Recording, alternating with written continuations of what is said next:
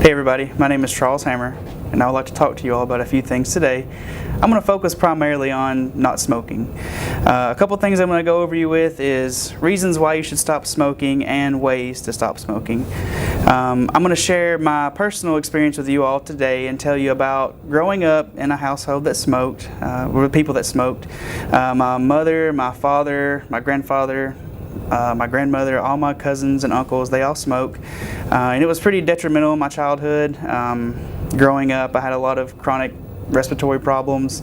I do remember some nights waking up and having trouble catching my breath. And it still plays a role in my life today. I was actually doing some research not too long ago on smoking, and the CDC states that in 2017 there were still approximately 40 million U.S. smokers. That's a pretty big number. To me, you know, going out in public or going to school with my clothes smelling like smoke, or having to sit in a certain place in a restaurant, that was always kind of, I didn't like it. It kind of just rubbed me the wrong way. So it still affects like my relationships today, people that I become friends with, and even places that I go out to and spend time and spend my money. Speaking of money, it is very expensive. According to a study that was written in 2013 by Potera, she states that smoking costs the nation approximately $190 billion annually, and it's also the leading cause of preventable death in the United States. So to me, that's a pretty big number.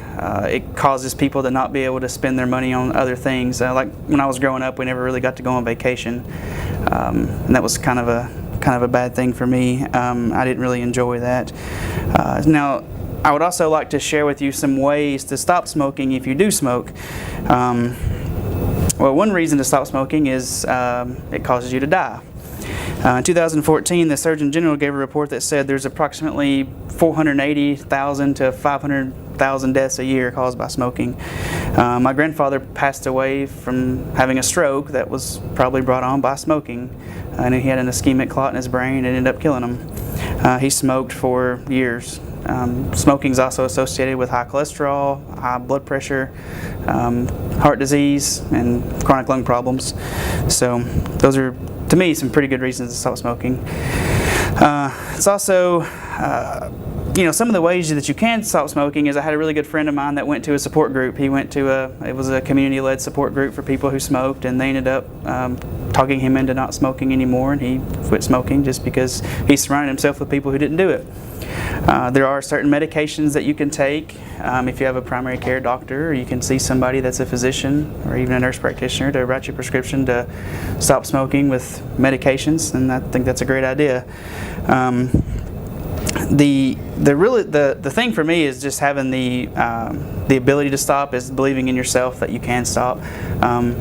I know it's kind of hard. People tell me that it's hard to break the habit, but I feel like if you have the inner strength to stop, then you more than likely should be able to stop smoking. Thank you for listening.